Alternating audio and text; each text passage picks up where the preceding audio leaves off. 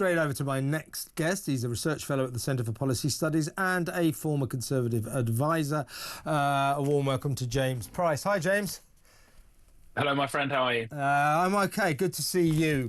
Now, this isn't necessarily that relevant to this story, although it will help. I gather you're a churchgoer. You're a religious man. Yeah, absolutely. Member of the Church of England. As they say that in the Church of England, you believe in one God maximum, and church tends to be something you feel a bit guilty for not going to. But given this is Holy Week, hopefully we'll see more people. And actually, we're seeing huge spikes of people attending in churches in England and in France and in other places as well. It feels like a bit of a revival is on the way, given the parlous state of the world. Yeah, I think it's people praying for a better world. Well, this is even more relevant. This is a proper story anyway, but you'll be particularly interested in it. Now, you remember, I think it was last week, maybe in the end of the week before, Keir Starmer, nothing against this, by the way, hosted a massive, great Eid celebration party, the Muslim festival, at number 10 Downing Street. Now, it looks almost certain there's not going to be a similar celebration of Easter, the Christian festival, mainly because he's gone away on holidays in Spain, we think.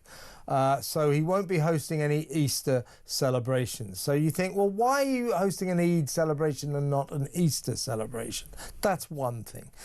We also know, of course, about that school, that story that emerged last week. It's called Norwood Primary School in Eastleigh in Hampshire, nice rural town where the headmistress of primary school, little kids, has decided to cancel Easter, no Easter services, and the kids' much loved Easter bonnet parade has also been axed so that she can stage for the kids Refugee Week. She's taken it upon herself to cancel Easter because she says it's not inclusive enough to those who are not Christians.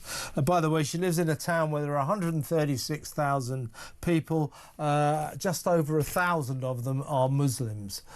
So it seems like a rather extreme way to keep that very small proportion of the town happy. But it's not like they'd be furious, is it? It's not like the Muslims go, have you seen that local school? They're having an Easter service. I mean, it's so ridiculous.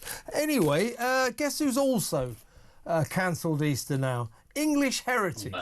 English Heritage, the organisation that looks after our traditional castles, stately homes, 400 traditional sites, has brought out a booklet. It's for the kids at Easter, so they can go to places like Whitby Abbey, Dover Castle, and they've got these, it's quite fun, these trails where they've hidden eggs and Easter bunnies and things like that. Except in this book for the kids, it doesn't mention Christianity at all, but it does tell the kids, there it is, the origins of Easter. It says, hey kids, I'm extemporising there. It says that the word Easter comes from the name of the goddess Ostra. And that, in fact, Easter is a pagan festival. And this book does not mention Easter, the Christian festival, at all once. This is English Heritage, a book for kids, talking about Easter, only pointing out that Easter is based on an old pagan festival. What's going on? Why are we cancelling Christian festivals? It really is extraordinary, isn't it? These are the sorts of stories where if you hadn't put up the proof for people who are watching the live stream of this, you would think it was a sort of made-up right-wing moral panic or horror story. But these things are all completely true. You know, you have a scenario now where other religions, minor religions of the British Isles, of the UK, are treated with great reverence and sacred and all these sorts of things. And yet, as you say, the main religion of the United Kingdom is basically completely ignored by the government at the moment, or it is completely whitewashed by institutions that are supposed to be there, including in the name of English Heritage, supposed to be there to remind us about our heritage. In the case of of the United Kingdom, this is a very godly place. It goes back 1,000 years plus, way more than that. You had the people like Alfred the Great and Athelstan, who were very, very devout Christians, and saints going back a very long way. Christianity came to the United Kingdom a long time before certain other religions that are being pandered to had even been thought of, had even been founded. Yeah. So you get to a point where you think this.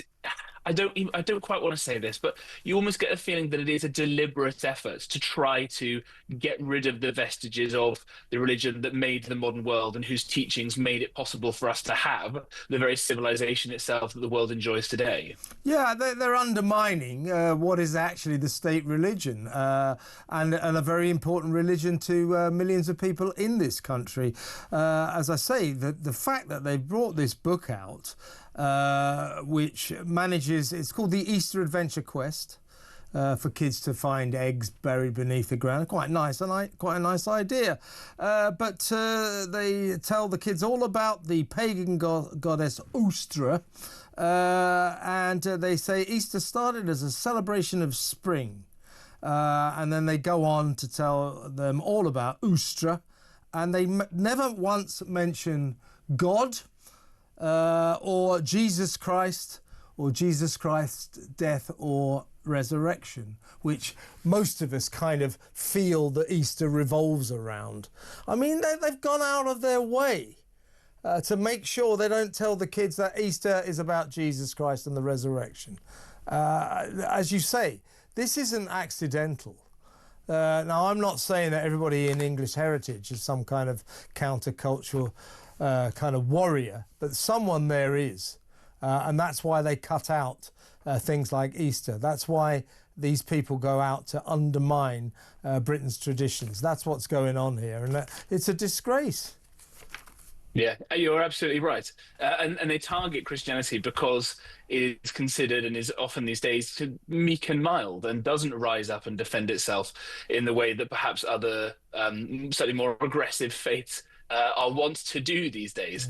For billions of people around the world, the resurrection of Christ is the most significant event of all human history. Then even if you don't believe the metaphysics of it, you don't believe this amazing story that it influences thousands of years of human history, some of us would say for the better, still it is more well attested as a historical event because you have the Gospels and you have many other near eyewitness accounts. It's more attested than almost any other event, frankly, up until the 19th century. We have a lot more eyewitness accounts about the life of Jesus as a historical figure alone, and also of the resurrection itself, by the way, than we do of something like Alexander the Great. We do of most other figures as well. So even from this perspective, it's just such an ahistorical, unpleasant whitewashing, because Easter is not just named after something. They're not even right about this.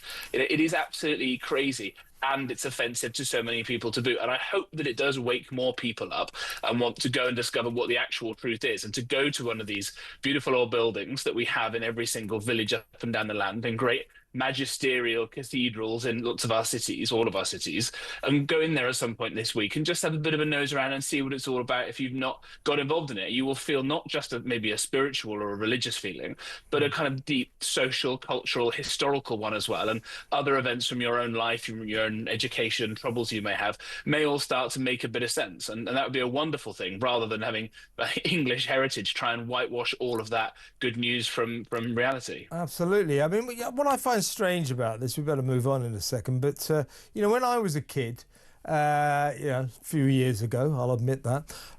Just before me. Yeah, the teachers were always worried about how godless we were and that we weren't paying enough attention to the religious significance of the important festivals like Easter and particularly Christmas, which we saw as purely people giving us presents. So the teachers used to spend a lot of time trying to tell us this is spiritually important, this is part of your national religion. Now you've got teachers and adults deliberately trying to make sure kids don't know what Easter is all about.